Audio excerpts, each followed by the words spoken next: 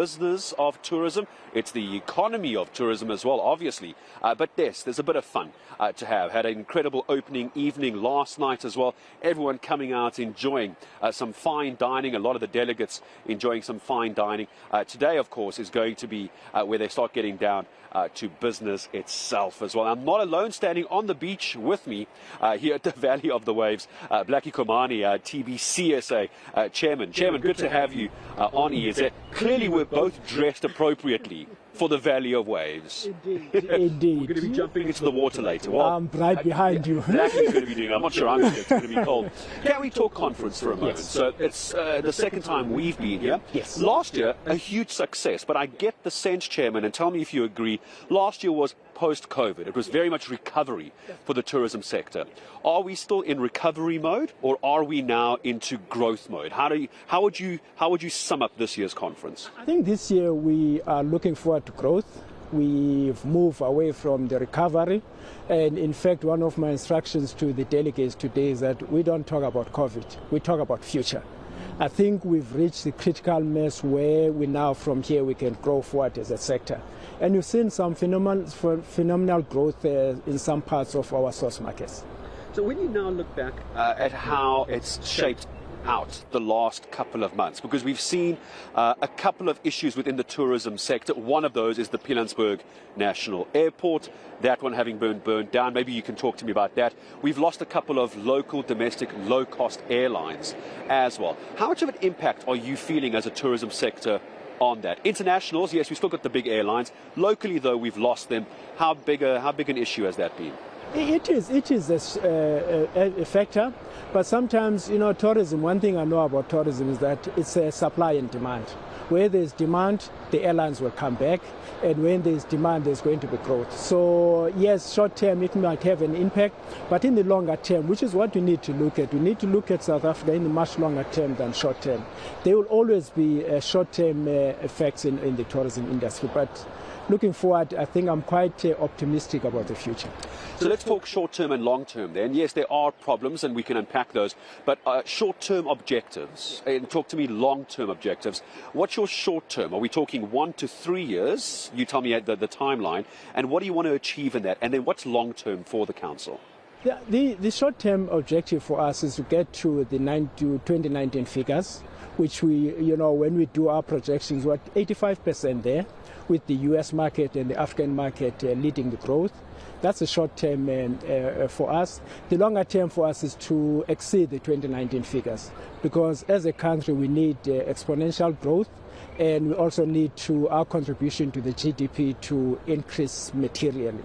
I think we all know the challenges of the country, one of them being huge unemployment.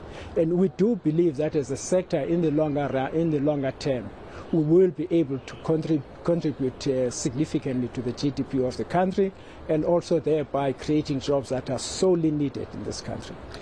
It's not a fair comment, but unfortunately it does get bandied around, is as a tourism sector, it's often referred to as a tertiary sector. Is that fair, considering how much impact it has visually from places like Sun City, the number of jobs created, and the interest from overseas visitors? Is it fair to call it a tertiary sector?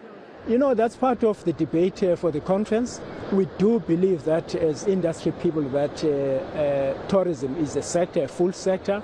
But one of the issues that tends to happen is that in terms of how tourism is measured, there are areas that are left outside, like our contribution to adjacent industries such as agriculture, transport, financial services.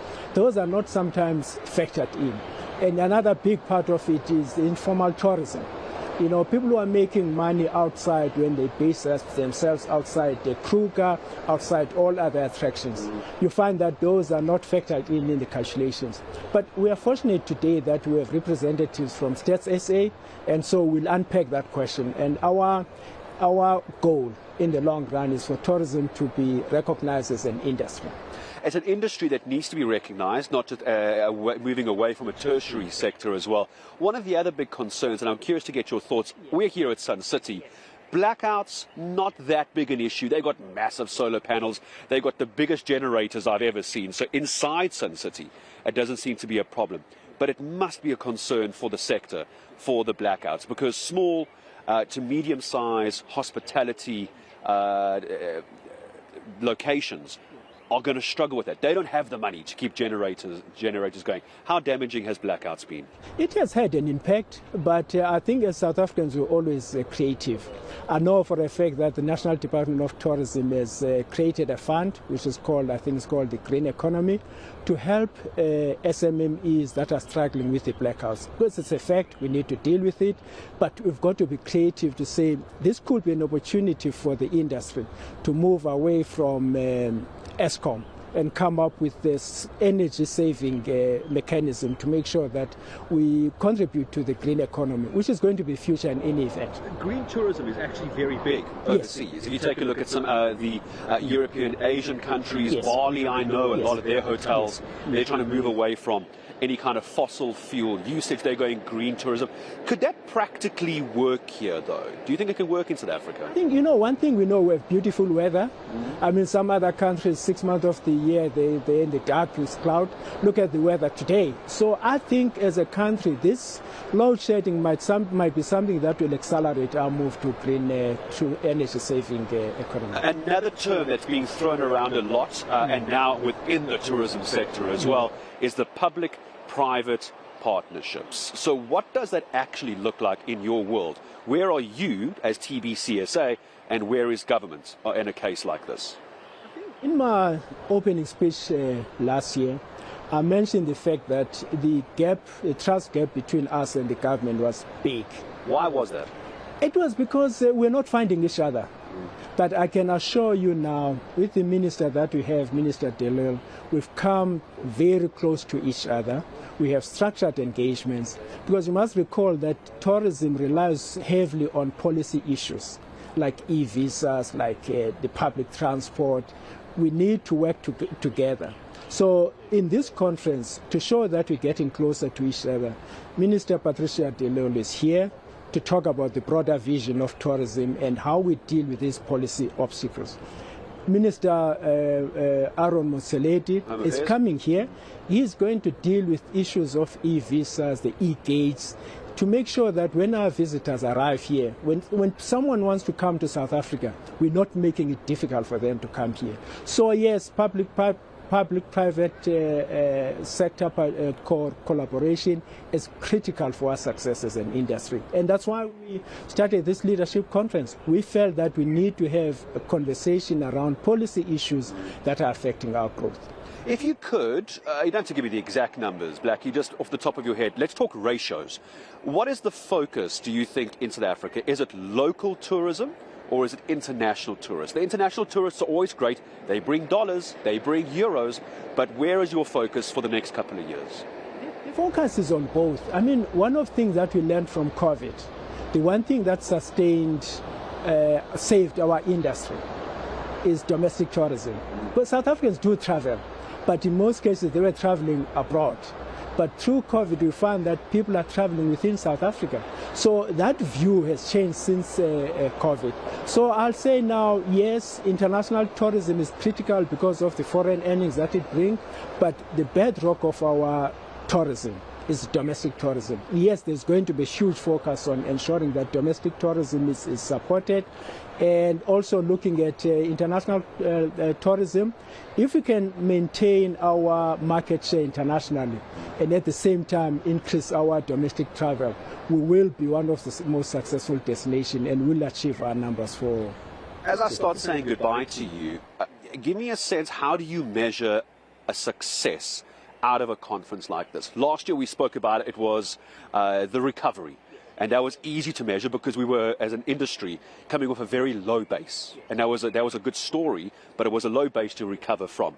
Now the challenge is to keep on growing that. So how do you measure success at a conference like this? Let's say you and I stand here again in a year from now, hopefully in more appropriate attire for the water. We'll get some board shorts.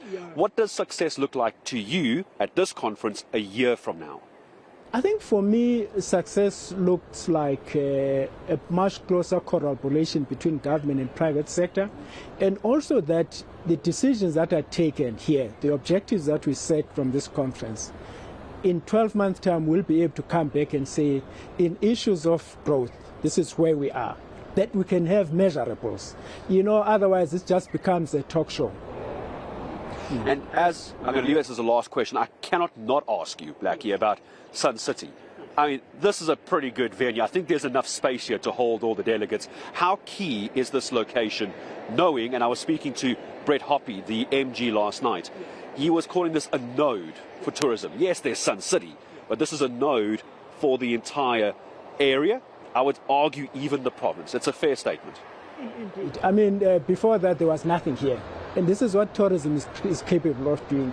In rural areas, in land that is probably going to be useless, you build an iconic structure like this that creates employment, that contributes to the economy, and bring this beauty.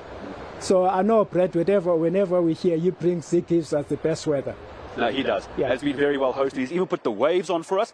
There's a rumor going around that he's even put the water heaters on for you and I because it's so cold. So the water's warm. So as I come back to you, Tommy, Blacky and I are going to get the shoes off, and I'm going to race you into the water. You go. Let me know. I'll wait for you here. Is that how we go? Okay, he was a lot braver off air a couple of minutes ago. Blacky, thank you very much. All the best with the conference and all the success for the year ahead as well. Tommy, I have lost communication through to you, so let me just come back to you as I say goodbye. Blacky Komani, TBCSA Chairman. He's already suited up. This man means business. Yes, it's fun. We're at the Valley of Waves, but it's the business. It's the economy of tourism. That's they're going to be at the conference centre throughout today. We're going to have Sally Burdett later in the day as well. As you heard from Blacky, we've got two ministers here, key ministers, obviously the Minister of Tourism, the other is the Minister of Home Affairs, to explain, I'm quite sure, what is quite a complicated e-visa process. Not